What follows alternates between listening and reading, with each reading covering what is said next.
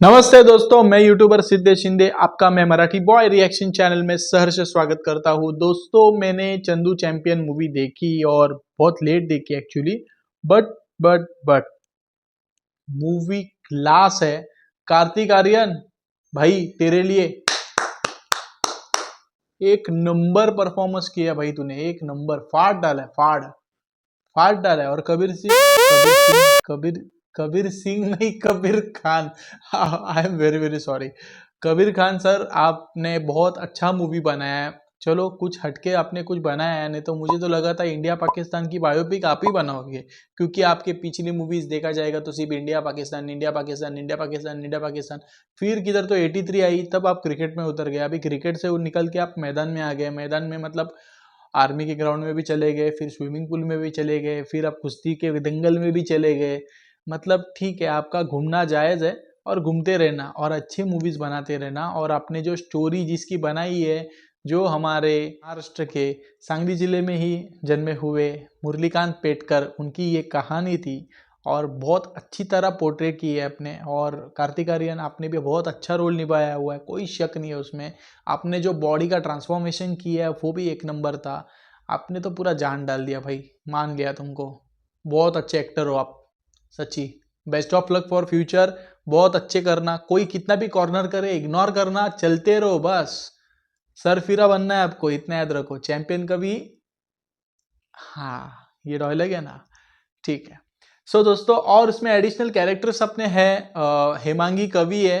हेमांगी कवि का एक छोटा सा रोल दिखाया हुआ है उसमें। और बहुत सारे मराठी एक्टर्स तो दिखाए, क्योंकि ऑब्वियसली मराठी एसेंट उसमें बहुत जरूरी था। और राजपाल यादव जी दिखाए, एकदम छोटी सी भूमिका है भाई, टोपाज नाम का। पर एक नंबर का टोपाज है वो, सच्ची है। टोपा लगाने में एक नंबर है। और दूसरे मतलब विजय राज सर, भाई गुरु होना चाहिए तो आपकी तरह होना चाहिए, नहीं तो नहीं होना चाहिए।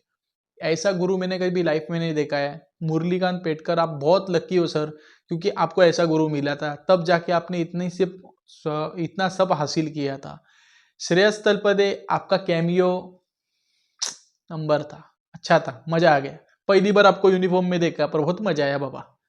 और सोनाली कुलकर्णी का छोटा एक कैमियो दिखाया है, वो भी बहुत अच्छा दिखाया है।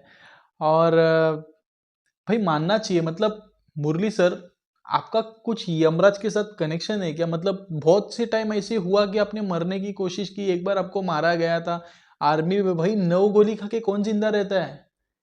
ये ये इंसान जिंदा रह गया भाई। 9 गोली खाया है उसने आर्मी के फील्ड में, 1965 में वो भी।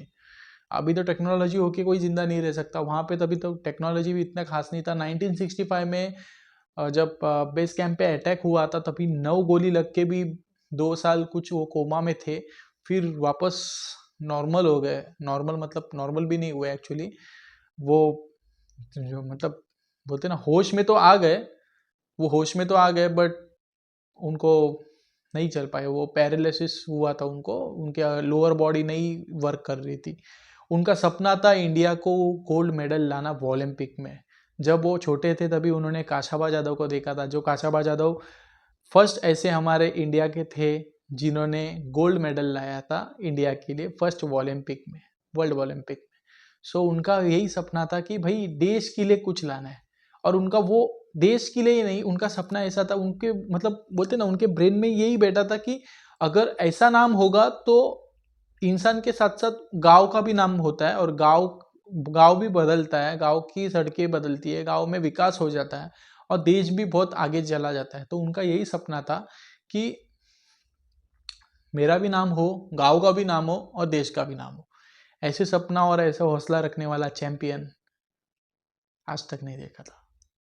सो दोस्तों, ओवरऑल मूवी बहुत अच्छी है। आप अभी भी थिएटर में जाइए। अभी तो फिलहाल कोई अच्छी मूवी मुझे तो नहीं दिख रही है कि कोई रिलीज हुई है अभी तक तो। सो आप देखने के लिए ना भूले चंदू चैंपियन, ओनली के नज़दीकी सिनेमाघरों में। सो मिलते हैं अगले वीडियो में, तब तक के लिए चांग बाय।